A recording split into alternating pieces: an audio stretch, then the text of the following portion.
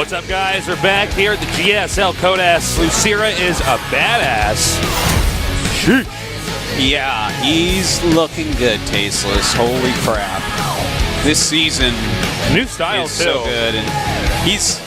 it's not just the Ultra Tech. It's actually the combination of Mass Queens early on into Ultra. Yeah. Yep, we don't really cast that. Everything that he does fits seamlessly together. It's like... It perfect. It's not even a transition. It's like a fluid line. Yeah. It's awesome. It's great to see. Actually, I feel like he's getting out of this I like group what tonight. you just said there. Yeah, it's very fluid. Yeah. It's absolutely very... It's not like you see with the Broodlord tech switch, there's a clear timing where it's like, well, he's going to try to hit before Greater Spire finishes, and that's going to put the Zerg in this. There's very little weakness in this man. Do I make more Corruptors and risk losing a base or two, and then they can retreat? Exactly. Anyways, on to this match. We got Byun up against Party. Here's Byun now. That's right. The Energizer Byunny. Yep. He is the man that plays the longest games, and he doesn't care. He doesn't get tired. Is he longer than Yoda? Yeah. He's the longest. No, he's the longest games. This guy will stay in the game forever. And I'm not just saying this because the up and downs guys, you may not remember this guy deeply, but his games have historically been ridiculously long. Yeah. Like, this is the guy that would be like, well, I can't lose in this map, and then he just turtles for like an hour. No, he makes for some long games, so this will probably be one of our longer days here. So lots of StarCraft 2 for everybody. I'm actually like so excited to see him go up against Parting because Byun is really hard to kill, man. Like, this is a guy that was using Reapers a lot early on, that's going into mech. He's another player with a lot of personality. You might not recognize him. That's Party. Just got a new hairdo. That's right. He just joined SKT1, and for those of you that are kind of new to the whole StarCraft Korea scene, SKT1 is the most legendary team from StarCraft 1. It's the team that Boxer built back in the day. Right. It had it's a ridiculous amount of champions. I love Uv and Boxer and Bisu. It's like the Yankees of Korean esports teams. Yeah, basically. Yeah. That's a good way to put it. It's like the ultimate team. That's interesting. If you look at, he's in every single Codas for 2012. Yeah, not in any for 2011. Complete badass. He'll probably be in everyone for the next couple years, to be honest. Probably. He's that good. Tell me if I'm correct about this. I heard that, actually, I'll get onto this in a second once the game starts, but baseball question I was going to ask you. Somebody told this to me. I was very surprised, but I'll get onto that in a second. What are your predictions here? I think Parting wins this 2-0 or 2-1. I could see either one. I think Party wins no matter what. I actually think it's going to be 2-0, even though Byun's really good and hard to kill. Yeah. Well, Byun has a very different style, so if Parting is ready for that, should be good. This is a really micro-intensive matchup in mid-game and late game, and that's Parting's forte. He's like the first best player in the world that's micro player. Well, one of the first, you know? Yeah. Especially for a phase in the game where it's figured out normally micro players don't have as much success. But this guy is the exception to that rule. All right, so let's get ready for game number 1 with Byun and Party. Introducing our players. In the red, in the upper left, we have a heavy stamina player. He is Byun Prime.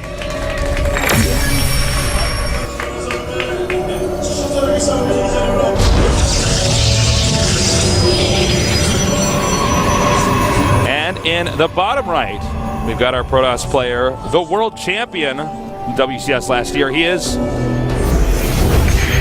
SK Telecom T1 Party. Now, what you were talking about before, Tasteless. I want to... go ahead. I wish I had... I had this conversation a few months ago with somebody. Someone explained to me how baseball works and why the Yankees are oftentimes not popular. Okay. And it's not because necessarily the Yankees always win, but and I'm so sorry, guys. People like the underdog or something? No. Because like the way the format's set up, like the amount of money your area can invest or something like that into players means that they're always going to be able to get better players. Like they have more money. Yeah. The Yankees have like the most money. The most money by far, but if I understand some other sports, it's not like that. Like you can't. You get sponsors and stuff like that, but you can't have the same kind. Basically, the way it's set up is that the Yankees will always be able to have The best players. Yeah. Always. Yeah. Like, no matter what.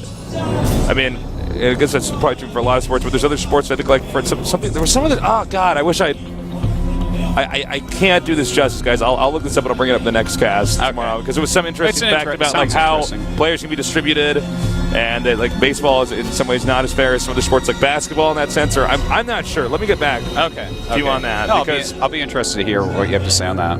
It sounds interesting. Yeah, I'm full of interesting stuff. Yeah. Guys, this is open up pretty standard. So I'm going to go ahead and talk about something else that you actually brought up about how, parting is godly micro. Sure, go ahead. Everyone has something that they're basically best at. Sure. The thing is, when you get to the top, everyone's a complete package as well at this point. It right. wasn't like that 2 years ago. When I say it's micro is a micro player, that does not mean that partying like is forgetting pylons and not macro. It's like parting is a complete player. He's god mode at every single thing. But the thing that is perhaps most striking about him is his unit control in battles. So, that's, and the thing is, everyone has something, like when you get up to the very top tier where it's like, well, this is what makes this guy so special.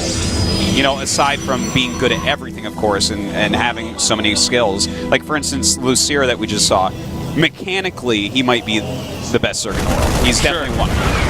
You look at, like, Nessie, one of the absolute smartest. All jokes aside, his brain is what makes him so good at StarCraft. And you look at Bomber, he macro. He just macros so well. And the thing is, there's multiple people that have macro stuff like that, but everyone has like a superpower almost. As funny as that sounds. Well, I mean, it does sound funny. There's so many ways that you can be good at StarCraft that everyone has their own little combination of things that they're good at that makes them a good pro. It's like seeing a bunch of different superheroes, like a bunch of the X-Men or something. Yep. Characters from the comics. All right. Not just the ones that are in Professor Xavier's Academy. It's Magneto's minions, too. That's right. And you know what? They're not necessarily bad. They have some different political views. Well, yeah. I mean, they're just saying, I can't get along with, the humans. We don't need them anymore. Well, they're just being preventative for, All right. So, Byun here is actually teching out. Now, Byun plays TVP way different than most people. Okay, he uses more siege tanks than most. He'll tech more than a lot of people. And as we hit the late game, he goes really heavy ghosts and quite a few Vikings. And that's actually something that's been catching on against late game Protosses as a way to actually stay cost efficient against the ultimate Protoss armies. And it can work out pretty well, and he's very good at that. So, but what matters right now is checking out what exactly are we seeing here from Byun. It looks like we're going to see him go into maybe Cloaked Banshees, maybe some Siege Tanks, maybe some sort of like 2-2-2 or something like that. Sure. And moves like this can be very, very powerful. All right, Cloak on the way, along with the Banshee. And Parting actually throws down a 7-minute Robotics Bay. And that's really good. He already has his 4 gases. Very early. Yeah, it is. But that's okay. Now, the only problem is that when you're going for the Colossi super early on, you don't end up with a lot of Stalkers. That is true. So there might be a Stalker deficit here when the Banshee actually comes. Yeah. Now, then again, if he gets the Observer in here and just sees the Banshee coming out here, he just won't make the second Colossus, and he'll just make that another Observer and try to catch the Banshee. So, and if that happens, Byun could be in a lot of trouble, because when you invest in Banshees and Cloak and you don't do a lot of damage, and is he going to see this? He'll see it eventually. He's nowadays you actually have to fly in from the side against Korean pros, because they will catch that Observer on its way in and you won't know what's going on, which actually destroys going Robo. There's no point. So you have to be very sneaky with it. But anyways, Parting actually has already chosen the right tech route. And I would say against Byun, every time you want to open Colossus. And in fact, he's opening Colossus with 2 Forges. And once he sees the unit composition he's against, absolutely the right call. All right, Cloak is up. Nice. Completely denied. He only took shields off the Protoss' army, and that's not good. No. Unless you're Protoss. Then it's great. Then it's the best thing that ever happened. That's true. All right. So, we actually do have a Twilight Council coming up. It looks like this may be a 1 Colossus build, Which I'm actually a little bit... Okay, he starts Thermal Lance. I was going to say, I'm a little bit surprised about that, because when you're playing against Siege Tank, you want to get, like, 2-3 Colossus. This better be pressure. Yeah, I think this is no way. This is going to be just this pressure. Cannot possibly. He's doing the tasteless build. Well, you have to be... The delayed tasteless build. You know what? He might just try to snipe some observers here and utilize Cloaked Banshees to actually kill the Colossus. Now, that would be smart. Yeah, that's... but Parting, I think, is too smart to allow his observers to go too far ahead of his army. But yeah, this is... Parting's basically playing just right against this. And, you know, that's going to force Byun into a longer game. He's definitely someone that's not very often going to overcommit when he sees that his opponent has the right composition. He'd rather, you know, back up and take the longer game or get a better unit composition at the minimum. Yeah. All right, well, medevacs are finally going to come out now. That's a big game changer for Byun, because he's allowed to finally stim and run in and then do the damage he needs to do. And then retreat, and if he goes unpunished, he heals up his army, and he just gets more and more of a lead. Now, we do have Blink almost done, so these Banshees are almost not an issue anymore. So that's going to be a very good thing for Parting.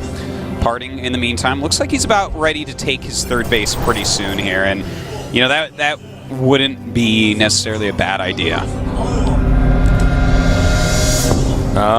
Tanks are... these tanks are not... I guess I see what he wants to do. He could just go into siege mode immediately if he sees him coming. It looks like he's actually going to attack here. And wait, how many Vikings do we have? We only have 1 Viking. This could actually work out really nicely.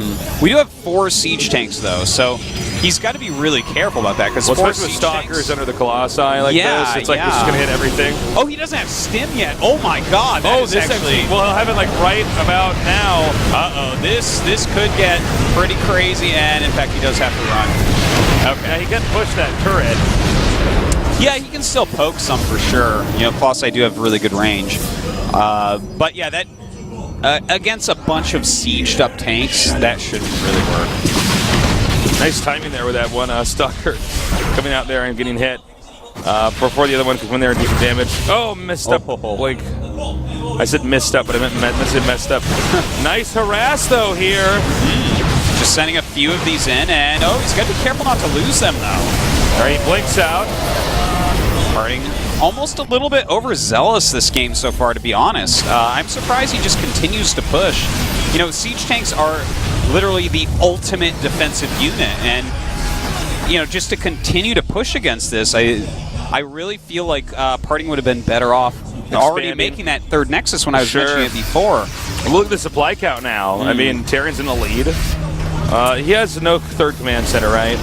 There's none. There's no third command he can land over there, right? I don't believe he does. See one. No, he does not. Okay. Yeah, and well, Parting continuing to try to do something with these Blink Stalkers. I like it, trying to be active with them, but you know, this type of army is going to be hard to attack against Parting, who has the Colossi. He's going to have to siege up quite a bit. But Parting's brought most of his army home. It looks like Byun might actually push. He might look at his supplies. Yeah, I mean, he's got a solid army. Need to... Yeah, he's going to push. So this is a nice little move here by Parting to just try to see if he can get a good... Okay, he's going all in. Pretty much. Well, not all in, but he's sending a bunch of SCVs. So if this doesn't work, he's going to get in trouble. No, I think all in is a fair statement. He doesn't have a third command center, so... He's moving out now. Well, I guess he could, if he minds on his main, which is going to happen right now, he could let me go to the third, but up.